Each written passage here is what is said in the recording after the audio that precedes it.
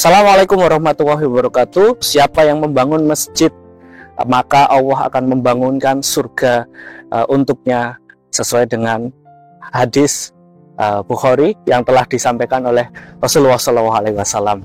Nah, di sini kita bisa lihat, insya Allah kita coba lihat, ini salah satu masjid yang unik. Nama masjidnya ini Masjid Sunan Kalijaga. Nah, tentunya namanya kita hidup di Nusantara, di Indonesia ya, pasti tahu siapa itu Sunan Kalijaga. Banyak familiar, khususnya sebagai tokoh penyebaran Islam di Nusantara, di Indonesia ini. Nah, maka kita ingin tahu, ada salah satu masjid yang diberi nama Masjid Sunan Kalijaga. Kita ingin tahu seperti apa Masjid Sunan Kalijaga ini. Oke, ikuti kita. Ya. Assalamualaikum. Waalaikumsalam. Alhamdulillah, kita sedang bersama Ustadz Dr. Jamal ya, yang merupakan pimpinan dari pesantren Olabis yang memiliki masjid, tadi namanya Masjid Sunan Kalijaga ya. Nah, kita ingin tahu seperti apa Masjid Sunan Kalijaga, kenapa dinamakan Masjid Sunan Kalijaga, dan juga ini masjid ini untuk siapa, apa jamaah dan pemakaiannya. Mungkin kita sambil berjalan sambil ngobrol. Oke.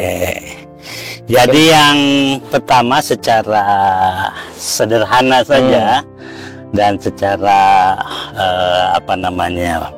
pragmatis, karena masjid ini di pinggir kali, di pinggir kali ya, sehingga lalu kita mencari secara filosofis ya. Oh, ini pas kalau kemudian disebut dengan Masjid Sunan Kalijaga. Nah, ini di kali, di lokasinya di Temas ya, di Temas, Kelurahan Temas, Kota Batu ya, Jawa Timur ya. Jawa Timur ya, insya Allah. Tetapi secara filosofis memang kita sangat berkepentingan ya terhadap cara berpikirnya Sunan Kalijaga itu yang membela rakyat jelata, kaum duafa ya, dan kebetulan di sini kan pesantren Olabis ini pesantren yang menampung terutama ya kaum duafa untuk diangkat harkat dan martabatnya secara ekonomi maupun secara ilmu keagamaan Islam itu. Sehingga pas betul kalau seandainya masjid ini secara filosofis dan juga secara teknis begitu disebut dengan Masjid Sunan Kalijaga. Kira-kira begitu. Oke. Ini ya berarti lokasinya pas sebelah sungai ya. Ya, sebelah sungai, sebelah kali. Itu istilah guyonannya lah kira-kira. Tapi yang paling mendasar itu adalah secara filosofisnya itu. Ya, kita ingin agar para santri di sini juga nanti bisa salah satunya mencontoh apa yang dilakukan oleh Sunan Kalijaga, dan kita mengingat bagaimana Sunan Kalijaga itu membela wong cilik ya, orang duafa ya, dengan berbagai macam bentuknya. Sehingga di sini memang bagaimana pesantren Olabis ini menampung mereka-mereka yang tidak mampu untuk kemudian sekolah atau mondok di sini, yang kita targetkan untuk menjadi imam masjid, mubalik, tapi dia juga punya usaha secara mandiri atau business owner ya. Nah, di samping karena ini lingkungannya juga cukup menarik untuk kita kembangkan secara ekosistem lingkungan ini, sehingga kita juga berharap nanti santri itu bisa menjadi ya semacam istilahnya mereka itu memanfaatkan lingkungan sekitar itu untuk bisa bisa produktif lah begitu ya, sebagai swadaya ya. Seperti misalnya program-program hidroponik semacam ini memang baru ya, kita baru kita programkan, walaupun ada beberapa yang sudah kita coba untuk lakukan, dan alhamdulillah kemarin sudah sempat panen ya. Yang itu nanti digunakan juga untuk santri. Termasuk ini juga ikan-ikan ini juga nanti digunakan untuk santri, sehingga nanti santri bisa makannya ikan lebih sehat, lalu kemudian ada sayur-mayurnya ya.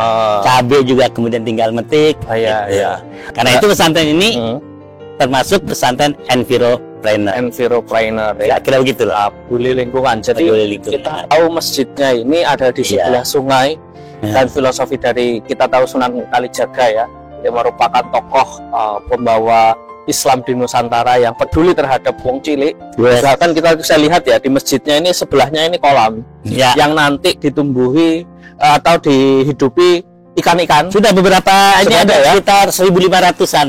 1.500 Yang ikan. sebelah sana juga sekitar 1.000. Nah, Ya, yang sana juga ada kolam ikan yang memang itu nanti untuk santri. oke, untuk santri bisa belajar mengelola alam, mengelola lingkungan, Ya. enviropreneur ya. Dan juga di sini lihat ada hidroponik ya, nanti Hidroponik digunakan. ini. Sehingga ilmu-ilmu dari santri ini bisa bermanfaat. Kalau mungkin nanti dia lulus, dia bisa mengelola lingkungan untuk keluarganya, untuk dia, bahkan untuk masyarakat secara luas. Ya, Seperti ya. itu ya. Termasuk pengelolaan sampah. Kita berharap bahwa Hmm.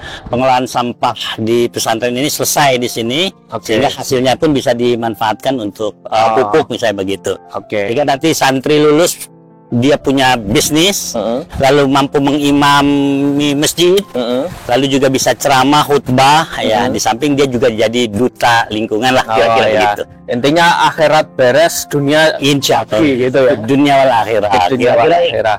Nah, Keinginan kita begitu. oke, kalau sekilas bangunannya ini kayaknya masih nampak belum selesai ya, masih progres pembangunan. Ini Ya. rencana mau dibentuk seperti apa, Pak Dokter? Sebetulnya kita berharap ini 2 tingkat ya. Nah, 2 tingkat yang di atas itu masjid ya, supaya nanti dari sana memang ikonnya salah satunya itu masjid, karena ini Masjid, pondok pesantren. Nanti juga kita harapkan ada semacam apa namanya, menara ya, walaupun ya. menara yang model menara-menara kayak Sunan Kalijaga begitu, sambil dinamakan Masjid Sunan Kalijaga. Lalu nanti di bawahnya bisa kita gunakan untuk ruang pertemuan, juga mungkin ruang kelas bagi santri, atau mungkin sedikit nanti ada perkantoran untuk para asatidah ya, Asatidah ya, para dan musyrifnya ya, dan musyrif. lain-lain. Nah, kira-kira begitu. Mestinya Masjid Sunan Kalijaga ini akan diplanningkan dibangun bukan hanya tempat ibadah, tapi juga tempat membangun seseorang ya, Yes. untuk melahirkan seseorang generasi yang lebih sukses. Insya Allah. Artinya berbeda mungkin ya pada masjid pada umumnya. Harapan daripada masjid yang memang ada di pesantren Olabis ini, masjid ini sebagai masjid peradaban, melahirkan para generasi yang tadi bisa mengelola lingkungan, bisa ceramah, bisa ngimami, hafal Quran dan juga, punya bisnis dan punya bisnis untuk Nah, mengangkat harkat keluarga, dan nanti juga bisa diduplikasi di lingkungannya bisnis itu, sehingga ya. memperdayakan masyarakat. Oke, berarti itu ya. Dan kita sebenarnya ini ya, berarti ini masih progres pembangunan ya. Oh iya, ini Kalau proses mungkin memang ada sama. donatur yang ingin berkontribusi juga kita persilakan. Kita sangat bersyukur Sama. karena kita juga nggak ingin mendominasi surga. Ya, betul. Untuk surga kita Jadi, bareng. seperti halnya Sunan Kalijaga ya, berdakwah itu mengayomi seluruh masyarakat di Nusantara, di Indonesia. Jadi di sini juga kita sama-sama membangun masjid ini. Jadi kami sendiri juga monggo kalau mungkin ada donatur masyarakat, warga negara Indonesia, Nusantara, NKRI gitu ya, pengen gotong royong membangun masjid ini, mumpung masih ada kesempatan, insya Allah kita terus buka ya wakaf untuk Insya Allah. masjid ini. Jadi Ya. sesuai dengan tadi ya, sesuai yang disampaikan oleh Dr. Jamal selaku pimpinan dari pesantren Olabis ini, masjid ini bisa melahirkan generasi-generasi sebagai bukan hanya sebagai tempat ibadah, tapi juga tempat bagaimana santri-santri itu digembleng, hafal Quran, bisa ceramah, jadi mubalik, dan juga memiliki bisnis dan bisa mengelola lingkungan. Nah, bisa dilihat ya, ini ada kolam. Nah, ini yang ada di sebelah masjidnya langsung gitu ya. Ya. Jadi nanti santri juga terbiasa mengelola ikan, mengelola ini sebagai swasembadaya Ya. gitu ya. Dan juga di sini ada hidroponik yang nanti mereka belajar, dan mungkin bisa di-shoot ya sekitar pesantren. Nah, Ya. itu banyak tanaman-tanaman yang dikelola para santri, yang memang kita juga tadi monggo, kita tidak ingin mendominasi surga tadi ya. Kita seperti halnya Sunan Kalijaga berusaha merangkul seluruh elemen masyarakat Semua. dalam syiar Islam ini, tentunya dalam membangun masjid ini. Insya Allah. Siapa masjid apa itu? Masjid Sunan Kalijaga.